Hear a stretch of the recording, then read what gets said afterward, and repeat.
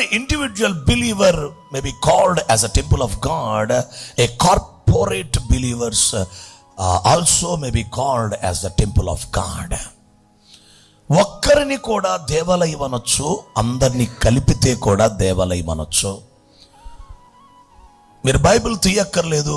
ఆ కొరింథీ పత్రికలో ఒక చోట 6వ అధ్యాయంలో రాయబడి ఉంటుంది, మీరు తీయక్కర్లేదు. మనము దేవుని ఆలయము, లేకపోతే మీ దేహము దేవుని ఆలయం. 3వ అధ్యాయంలో రాయబడి ఉంటుంది 3:16లో మనమందరము దేవునికి ఆలయం. అంటే వ్యక్తిగతంగా ఆలయం, అందరూ కలిపితే కూడా ఆలయం. హల్లెలూయా. ఇప్పుడు మనం పరిశుద్ధ ఆలయం అయితే తప్ప, పరిశుద్ధమైతే తప్ప మహింపరచబడలేం.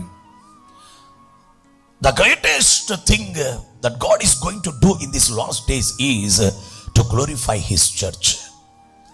అత్యంత గొప్ప కార్యము దేవుడు చేయబోతుంది అంచె దినాల్లో ఏమిటంటే సంఘమును మహిమపరచుట.